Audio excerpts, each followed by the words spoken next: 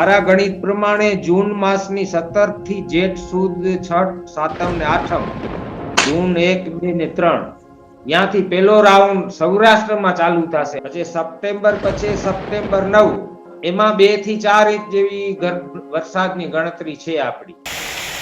નમસ્કાર, હું છું જોગલનાથાન, મારી સાથે છે સાગર જોશી. અમે બંને મિત્રો આજે તમને દ્વારકાની સફર કરાવશું.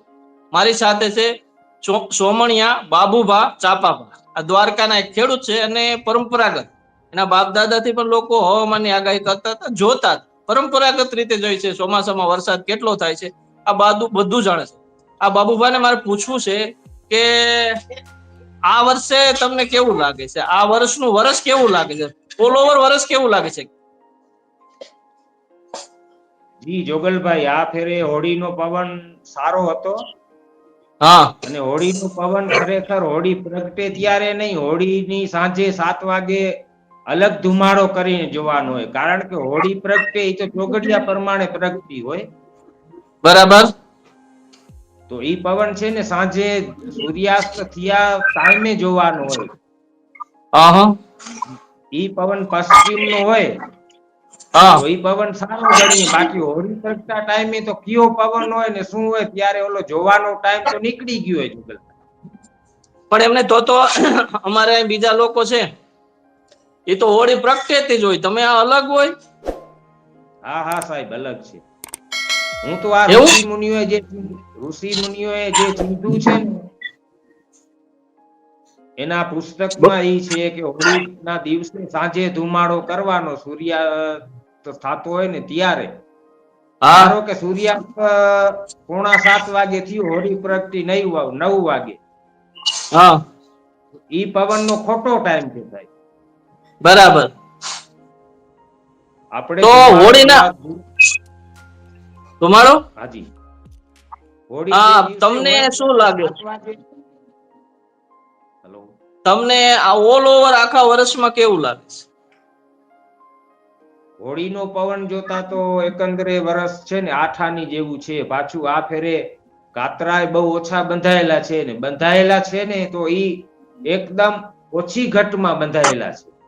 હા, અને વરસાદ તો બરોબર. પેલા સારો થાય ને પછી ગેપે આવવાનો છે વરસાદ. અચ્છા, તો પણ હું આ તમને એવું સિસ્ટમ પૂછું, આ જે વરસાદ છે એ ગઈ વર્ષ કરતા ઓછો પડશે કે વધુ પડશે? કાતરાની ગણતરી સાહેબ ઓછો પડશે. એવું? કારણ કે કાતરા આ ફેરે 8 થી 9 બંધાયેલા છે. હા, જે ગર્ભ હોય તે. હા, આપણે કોઈને નારાજ ના કરી શકીએ કે આ વર્ષે વરસાદ ઓછો પડશે એમ. ઓછું થાય. હા, આ તો એક સિસ્ટમ છે. જો આપણે ઓછો ગણીએ અને ઓલી અરબી સમુદ્રની સિસ્ટમ ફંટાઈ જાય ને ગુજરાતમાં વધારે આવી જાય હા, તો ભગવાનની મહેરબાની. આપણી ગણતરી તો હાલે નહીં કે આપણે કઈક ઓછો પડશે. આ તો હા. કુદરતી સંકેત છે. તમને શું કહું કે આ બીજા લોકો એવું કહે છે કે આ વર્ષે ચોમાસું જુલાઈમાં ચાલુ થાય છે, તમારું શું કહેવાનું છે? જુલાઈની એન્ડમાં ચાલુ થશે તો મોડું મારા થશે. ગણિત પ્રમાણે. તમારા ગણિત પ્રમાણે શું કહે?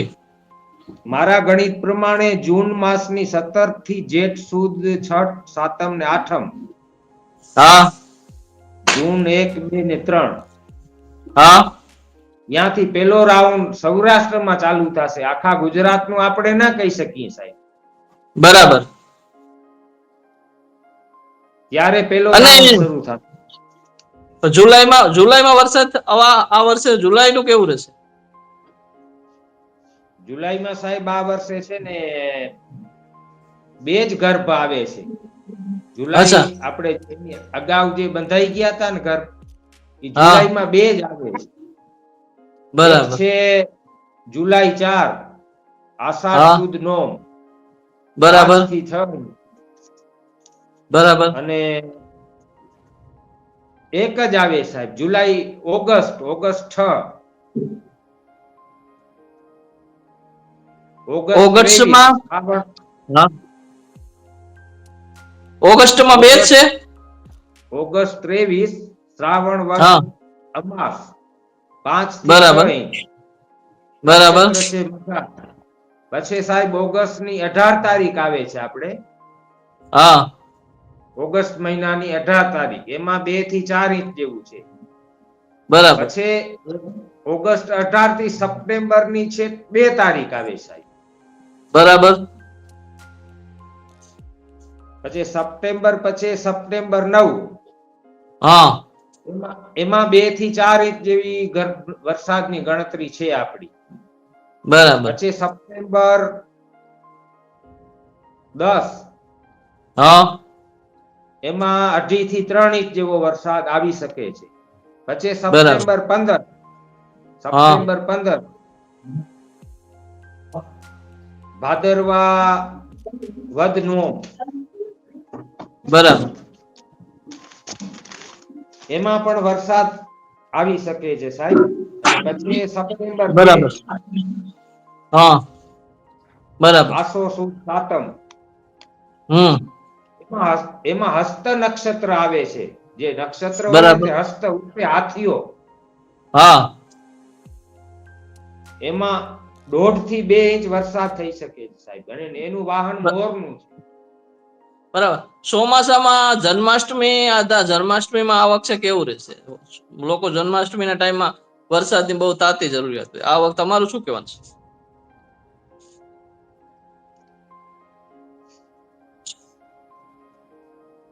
સાહેબ જન્માષ્ટમી તો આવે કોરી જાય એવું લાગે છે. આપણા બરાબર ગણિત પ્રમાણે. હા હા, એ તો દરેકના ગણિત અલગ હોય છે. એવું કશું હોય આ કે આપણે કોઈને લખી નથી બાંહેધરી આપી દેતા કે આમ જ થશે. આ તો કુદરતી છે. બરાબર. બીજો નંબર એ મારે તમને પૂછવું હતું કે આ અત્યારે અખાત્રીનો પવન કેવો ગયો?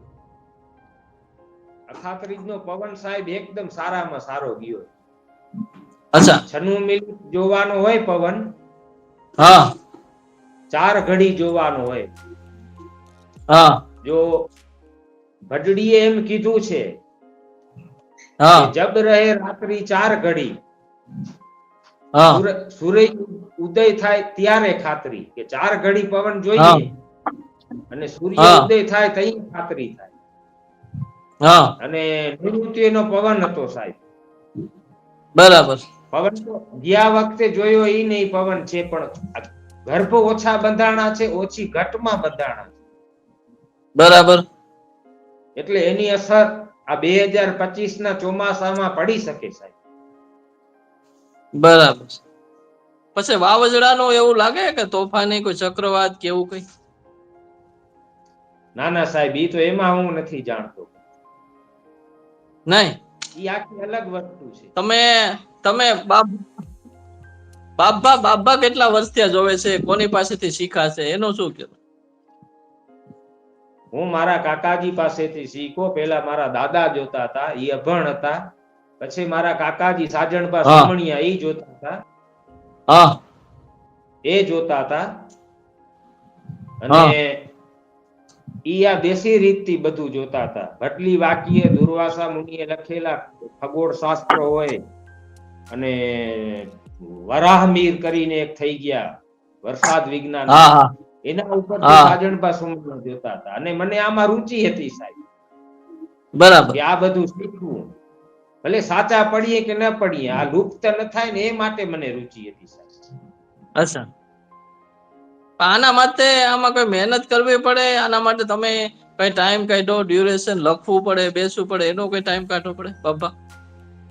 હા, એ તો ટાઈમ કાઢવો પડે સાહેબ. જો ચાલુ કામમાં હોઈએ ને લખવું પડે તો કોકની મહેનતે જોઈએ. એના માટે મારા ધર્મપત્ની છે, હમ ઈ મને કહે કે આમ કામ મૂકી દો, તમે ઓલું કરી લ્યો. હું બરાબર. કહું કે ભાઈ લોકો ઓલું તમારી પાસે જવા દો.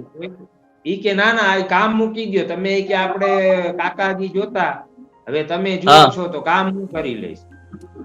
તમે એ બધું લોકો જોઈ. તમને પૂછે ખરા, ખેડૂતો પૂછે કે બબ્બા તમારું આ વખતે શું ગણિત છે? માર્કેટમાં નીકળો તો ખેડૂતો પૂછે? ઘણા ઘણા સાહેબ. એમ અત્યારે આપણે તૈયાર નહોતું થયું ને ત્યારથી ફોન આવતા હતા કે આ વર્ષનું વર્ષ કેવું રહેશે કે. પણ આપણે આ અખાત્રીજનો પવન જોયા પછી કઈ કોઈને કહી શકીએ નહીં.